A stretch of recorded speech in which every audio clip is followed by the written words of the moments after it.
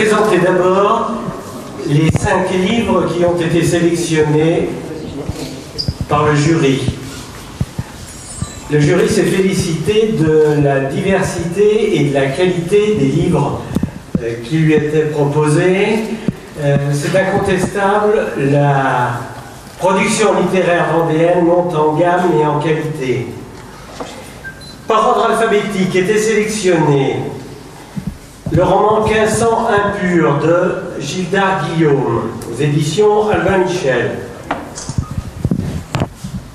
Le livre de Jean-François Henri L'Île-Dieu dans la Grande Guerre, chronique de la vie quotidienne, aux éditions du CVRH.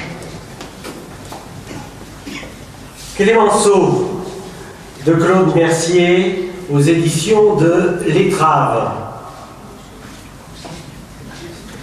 Le printemps des massacres de Gilles Perraudot, aux éditions Durand-Pérol. Et enfin, Le vieil homme sur le toit de Peter Robert Scott, aux éditions des Chantuseries. Et j'ai donc l'honneur, l'avantage, le plaisir de vous annoncer que le prix Charette 2014 a été attribué à Clémenceau de Claude Mercier.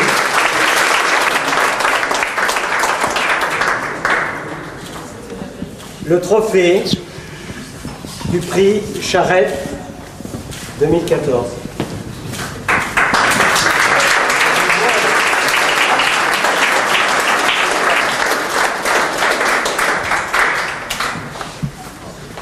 Claude, à vous la parole, sachant qu'en même temps nous sommes heureux de célébrer à la fois ce livre, parce que c'est bien le livre qui a eu le prix, mais aussi l'homme, l'œuvre de cet homme-là dans tous les registres.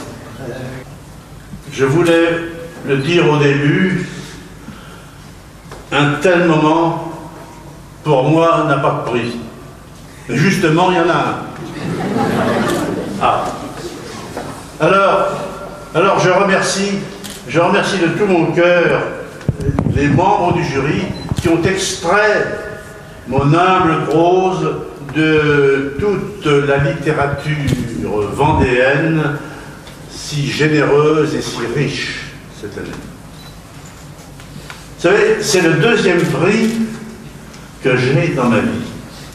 Le premier prix en 1948 au Collège Richelieu, avec l'abbé Auguste Billot, qui dirigeait la LMC, la Ligue maritime et coloniale.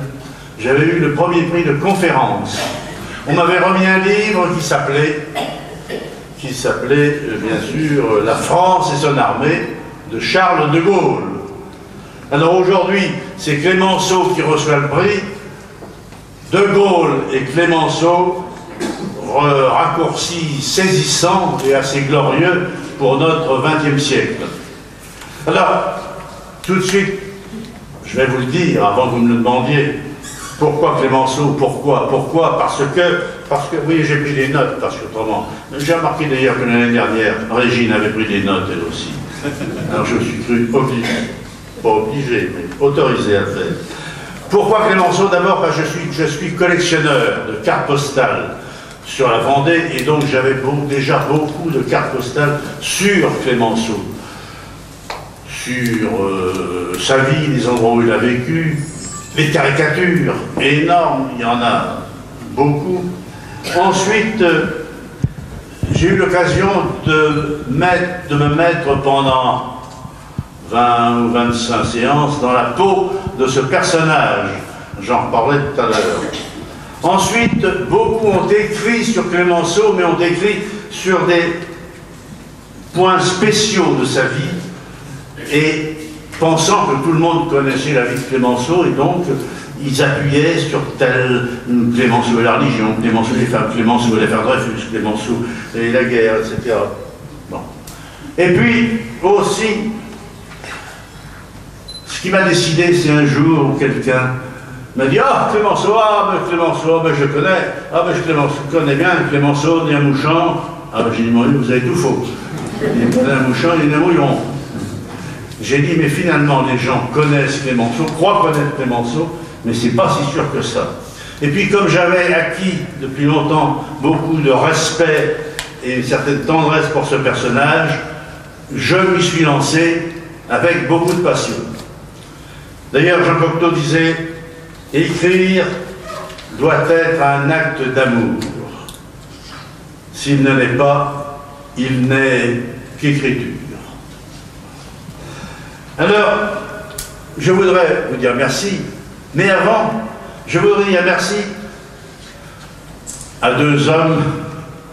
Vous allez vous demander pourquoi, mais je vais vous le dire. Je voudrais dire merci à Émile Cotin. Émile Cotin qui a tiré sur Clémenceau en 1919, mais qui a assez mal visé, qu'il a raté. Heureusement. Deuxièmement, je voudrais dire merci au professeur Gosset, car Cotin avait tiré 3 balles dans le corps de Clémenceau. Le professeur Gosset a enlevé 2 balles. La 3e balle était située dans la crosse de la horte de Clémenceau. Et le professeur Gosset a dit, non, non, je n'enlèverai pas la 3e. Clémenceau a dit, Gosset, vous allez m'enlever cette 3e balle. Ah non, je ne l'enlèverai pas. Gosset, je vous dis, vous allez m'enlever cette 3e balle. Je vous dis, je ne vous l'enlèverai pas. Gosset, vous êtes un con, et vous allez m'enlever cette balle.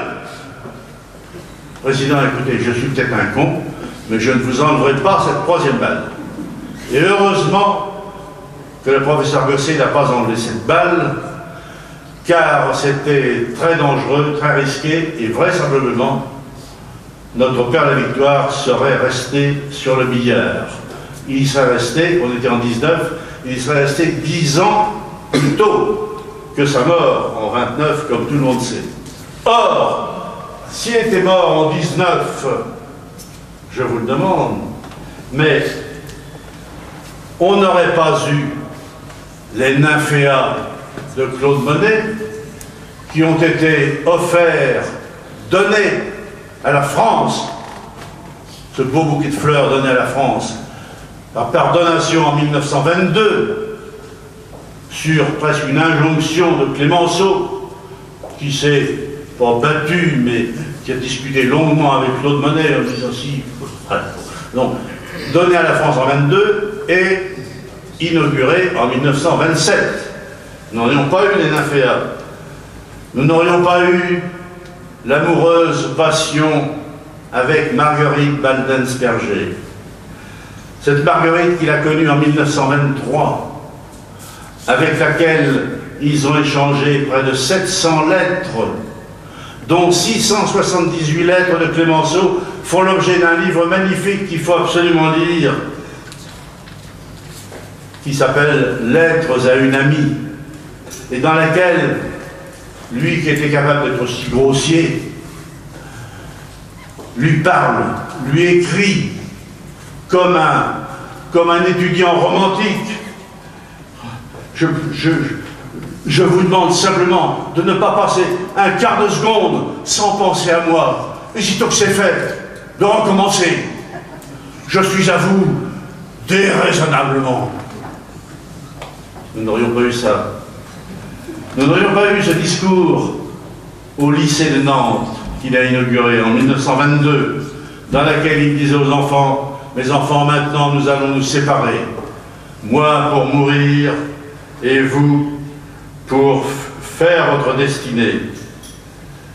Retroussez vos manches et faites votre destinée. » Nous n'aurions pas eu ce livre, Grandeur et misère d'une victoire, qu'il a écrit juste avant sa mort, à la fin duquel il s'adresse au soldat inconnu. Il lui dit, et toi, soldat inconnu, que penses-tu de la France? Et dans 5 ans, dans 10 ans, quand ils le voudront, les Allemands entreront chez nous. La France sera ce que les Français ont décidé. Nous n'aurions pas eu, s'il était mort 10 ans plus tôt, son testament, écrit en mars 1929, dans lequel il dit « Je veux être enterré au Colombier, à côté de mon père. Nous n'aurions pas vu la bicoque de Saint-Vincent-sur-Jard, qu'il a trouvé, qu'un ami a trouvé pour lui, et qu'il a loué, oh, pour pas cher. Monsieur Lucet-Trémond ne voulait pas lui faire payer de loyer. Mais où il venait là, il était bien. Il voyait la mer. Regardez la mer. Elle est blanche, elle est verte. Quel beau temps. Elle roule, elle écume. Quelle colère. C'est comme une femme. C'est en colère qu'il faut voir la mer et les femmes. Nous n'aurions pas eu tout cela, et peut-être n'aurions-nous pas Clémenceau ou Colombier. Excusez-moi de revenir sur tout cela, mais une autre chose. On m'a dit, mais le prix Charette, pourquoi le prix Charette? Pour Clémenceau. Clémenceau, ça n'est pas Charette, Clémenceau, ce n'est pas Charette. Alors, si vous permettez, je vais sortir un autre papier. Pour vous dire ce qu'a dit Clémenceau, ce qu'il a dit. Il l'a dit à Jean Martet. Jean Martet, qui a noté tout ce qu'il lui disait à la fin de sa vie. Il lui a dit, mes ancêtres sont vendéens depuis toujours. Et c'est curieux. J'aime les vendéens. Ce sont des gens respectables. Je relis en ce moment les mémoires de Madame de la Rochelle. C'est bien. Il y a un idéal. Et pour défendre cet idéal, il y a quelque chose de buté, de borné, de sauvage, qui me plaît. Ce ne sont pas les nobles qui ont fait les guerres de Vendée, ce sont les paysans qui sont venus les trouver, qui leur ont dit « Allez, conduisez-nous ». Ils ont pris les armes parce qu'ils ne voulaient pas être soldats. Eh oui. Mais il faut voir les gens comme ils sont et les replacer dans leur temps. Qu'est-ce que ça pouvait être que le Rhin pour un paysan de Mouchamp en 1792? Qu'est-ce que ça pouvait même être que la France? Qui leur avait parlé de ça? Ils étaient heureux, ces gens-là. Ils cultivaient leur bout de champ, ils avaient leur chapelet et leur crucifix qui répondaient à tout. Un jour, on vient leur dire, ce n'est pas tout ça, on va aller apprendre la liberté, la fraternité à nos frères de Prusse et d'Italie. Ils ont répondu, merci bien, allez-y vous-même si ça vous fait plaisir. Et quand ils ont compris ce qu'était la patrie, on a vu ce qu'ils étaient capables de faire. Il n'y a pas eu de meilleurs soldats. D'ailleurs, les guerres de Vendée auraient dû ne rien être du tout, de petites échauffourées.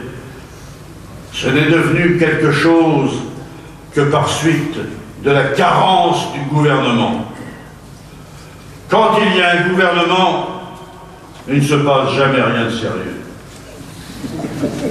Voilà ce qu'il est. Il ne parle pas de Charette, mais il parle des Vendéens du temps de Charette.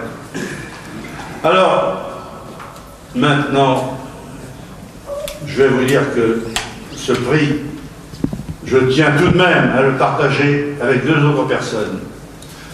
Avec Jacques Ravelot-du-Parc. Jacques Ravelot-du-Parc, qui m'a permis d'entrer dans la peau du personnage de Clémenceau. C'est grâce à lui que j'ai pu jouer Clémenceau et la tranchée des baïonnettes, que nous allons reprendre au mois de novembre, 3 fois. Et puis, je voudrais le partager avec mes éditeurs, Manu et Véronique Thierry, édition L'Étrave, qui ont fait un travail important, je dirais même énorme, sur ce livre. On n'a pas toujours été d'accord, mais il s'est révélé qu'ils avaient souvent raison et que je n'avais pas souvent tort. Alors, ils ne sont pas là ce soir car ils sont dans le Perche maintenant, dans le Perche. Ils ne peuvent pas être là ce soir, je le regrette, mais je leur ai dit. Je leur ai dit tout le bien que je pensais de leur livre. Alors, que vous dire? Dire merci aux amis qui sont venus sont venus apporter la chaleur de leur amitié. Et puis, dire merci pour avoir couronné à travers moi ce personnage de Clémenceau si rude, mais si généreux, si violent, mais si sensible, si humble, mais si brillant, si grossier, mais si romantique, si combatif, mais si désintéressé, si divers, mais si attachant, et si attaché à sa Vendée et à la France. Alors merci, merci au jury, merci au président du jury, merci pour cet honneur que vous me faites et que j'accepte. Mais,